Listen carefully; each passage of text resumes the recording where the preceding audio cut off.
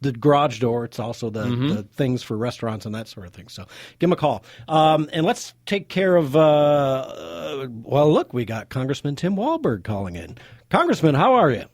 Hey, it's good to be with you. Congressman. Boy, I'd hate to be in Washington, D.C. right now, Tim. It's just got to be crazy, the cherry isn't it? blossoms are coming up soon, aren't they? Well, in fact, they're starting early, but sure enjoyed the time we spent together in Washington, and enjoyed Yeti cups, mugs, and everything. So thank you so much. Oh, you're welcome. Yeah, it's a great time in Washington. It's certainly active. A lot of stuff is going on. A lot of controversy, of course, but I hope that starts to wear down a little bit as people start to realize the election happened. It is what it is, and some of us had to deal with 8 years of the past administration, and that's the way it worked.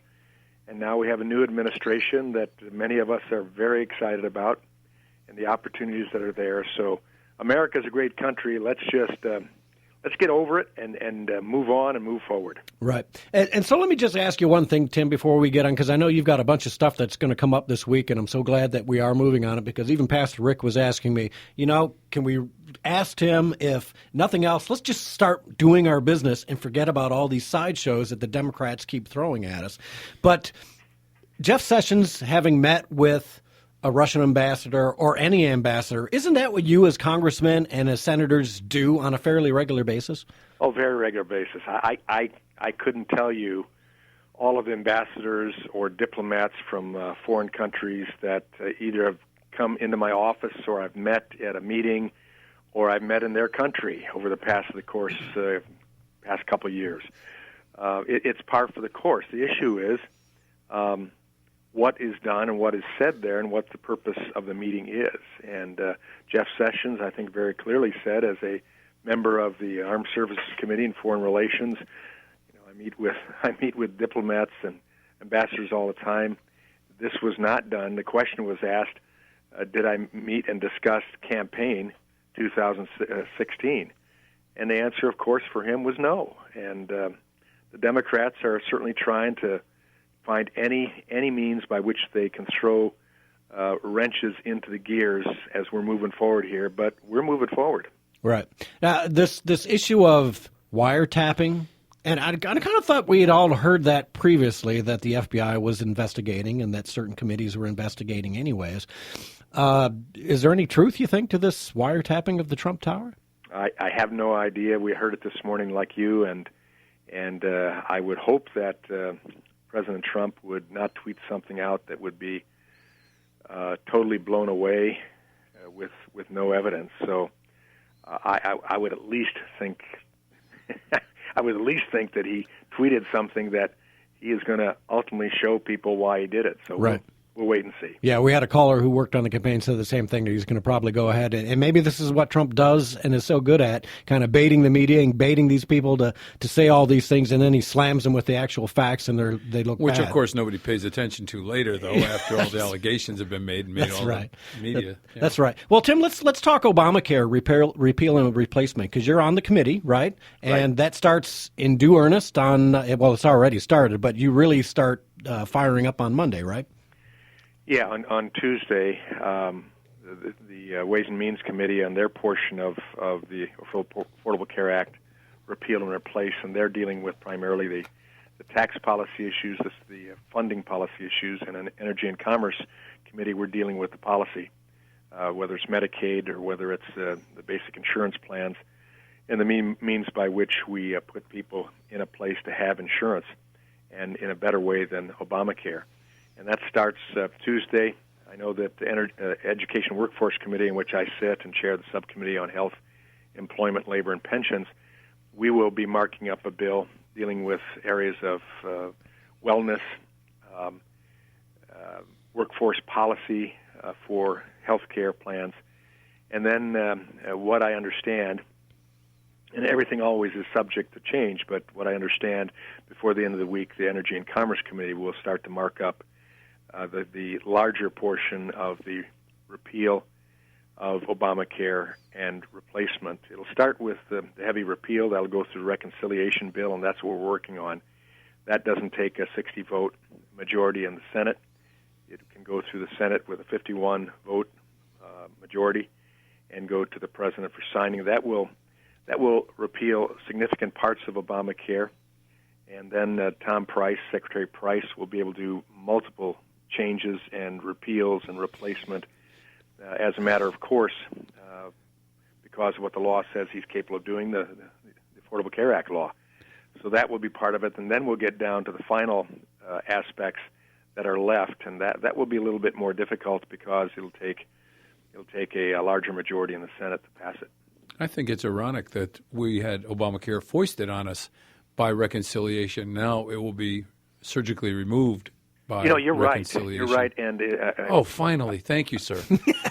I appreciate the fact that you knew that and remembered that, because I held a town hall yesterday, and we certainly had Indivisible group. In fact, there were more people from the Indivisible group there than conservatives, and they forget all of that. They forget the fact that Obamacare was pushed through under the cover of darkness. Then they found out they couldn't complete it.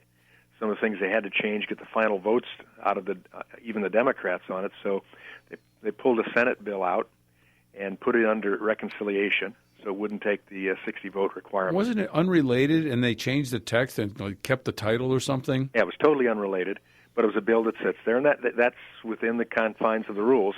They can do that, but it was such a push-through, and with nobody reading it. Right now, the fact of the matter is this will be a very open policy, and once the bill has been put into pretty much final setting, it will come out, and not only will all members of Congress be able to read it, Republican and Democrat, but the members of the public will be able to read it as well.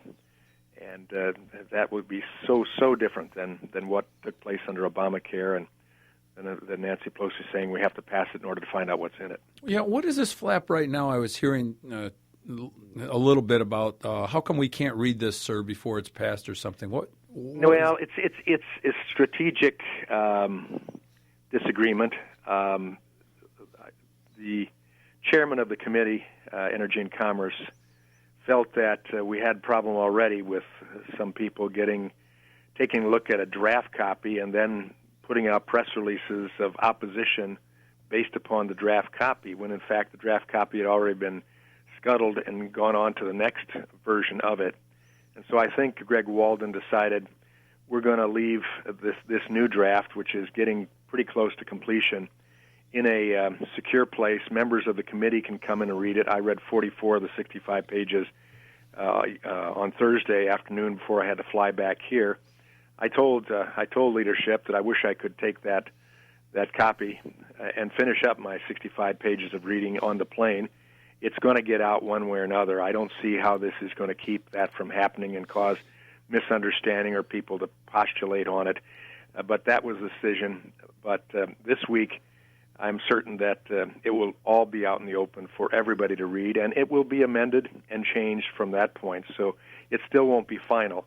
There'll be little jots and tittles that we'll have to work out. But for the most part, it's exactly like we talked about in the Better Way proposal, that the Republicans, I can't think of any that didn't run on that this last election, and even Donald Trump during the general election ran on that same Better Way proposal that the House Republicans have put together. So it will be read before it's voted on. Oh, it sure will. and the fact of the matter, we're talking here, and this is just a reconciliation bill, but we're talking 65 pages versus 2,700 pages that went with the Affordable Care Act. You add the portion probably from the Ways and Means Committee, and we may look at another 100 pages. So 165 pages versus 2,700, that's a major difference. Yeah, huge. And so let me ask you, Tim, are you getting any cooperation at all from any of the Democrats in your committee? Not yet. And the way that committee is made, I don't expect that we will get any cooperation. So even though you're handling some of the things that we liked about Obamacare, maybe the pre-existing coverage, even though you're handling that stuff, you're still getting absolutely no bonus from the Democrats. Yeah, well, that's Nancy Pelosi's orders. So even if they like it, so you may have a couple of Democrats in your committee who probably kind of like some of the things in it, and yet they're following their marching orders from Nancy Pelosi and just saying no to everything, and don't you dare. I'm just amazed that any elected official could be so weak and cowardly that they wouldn't stand up to the leadership and say, wait a minute, there's something in there I like for my people, and I'm going to vote yes on that, or I'm going to push for that, or I'm going to agree with that. Well, that's the difference between the Democrat philosophy and the Republican, and that's why Republicans sometimes we get into a battle amongst ourselves, and we look disorganized because we're independent. And I mean, you can tell me to work as a team, and I'm going to do my best to work as a team. But if there's something in there I just can't absolutely stomach, I'm going to put up a fuss on it. And the Speaker of the House or whoever isn't going to force me to vote if indeed I look at it and say this does not work. Doesn't work for my constituents, doesn't work for my philosophy, I won't do it. I often so hear. that's a challenge that we have going forward.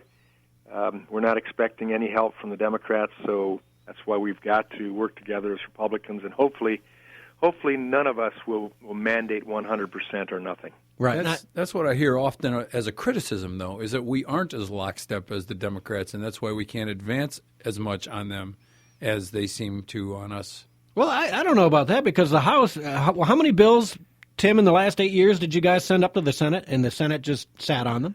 600. Mm-hmm. So even if they're not in lockstep in the House under the Republicans, they're still getting work done. They're just sending it up, and it's stopping at the Senate. And it worries me a little bit. I've been seeing Rand Paul kind of putting the ixnay on some of what you're doing with the Obamacare repeal and replacement. Do you understand, Tim, what it is that he doesn't like, and can it be fixed before it gets to the Senate?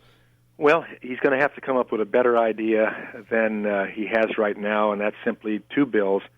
One bill will totally repeal Obamacare, and the second is the replacement bill. The problem with that is if you simply repeal and then you have the battle on replacement and everybody wants to change a little bit, all of a sudden you leave people uninsured. And frankly, that's one. It's not a right thing to do. It's a lot of these people didn't ask for Obamacare, but they were stuck with it. So we're going to have to deal with trying to allay at least most of the pain of changing and moving to a new system. But secondly, it's bad strategy. All it does is set up people to hate us for not doing what was necessary to get the plan in place that repealed and replaced. And so I'm committed to repealing and replacing, doing it at the same time. I think we can. Rand Paul has a problem with one of the funding areas for dealing with individual health insurance, giving refundable or advanceable tax credits. He says if you change it to just giving a refundable or advanceable tax credits to those people who pay some tax, then I'll support it. But if you give it across the board, even as a safety net approach to those who don't pay taxes, their income is too low, I'm not going to support it. Well, that might be the negotiating point that we work with. But again, we have to understand the strategy will have its results and its consequences if we leave some people out of the ability to have resources to pay for their individual insurance plan if they don't have a company plan that they're under. Some people I communicate with are strict libertarians. And so they're saying, well, we shouldn't be in health care at all as a federal government. And I'm wondering if that's some of the contest here amongst the Republicans as far as supporting this. Well, I think it is. And I personally think it ought to be something we purchase, just like purchasing gas for our car. That's our responsibility. We don't have a subsidy to do that. But the reality is we've lived under the present setting for 8 years. We lived under the bad setting that forced us to look at some type of reform in health care, and sadly Republicans didn't do it when we had the opportunity, and so Obama came in and he did it, and now we're suffering from it. So, yeah, I would love to simply move it back and say, federal government out of the way, let the insurance companies explain to people and educate them why you need to have insurance, have competitions so people have choices, have catastrophic that meets many people's needs, and then let people decide as days go by what else they need beyond catastrophic. But That's not reality right now. So even as a conservative that leans libertarian in certain areas, I have to admit that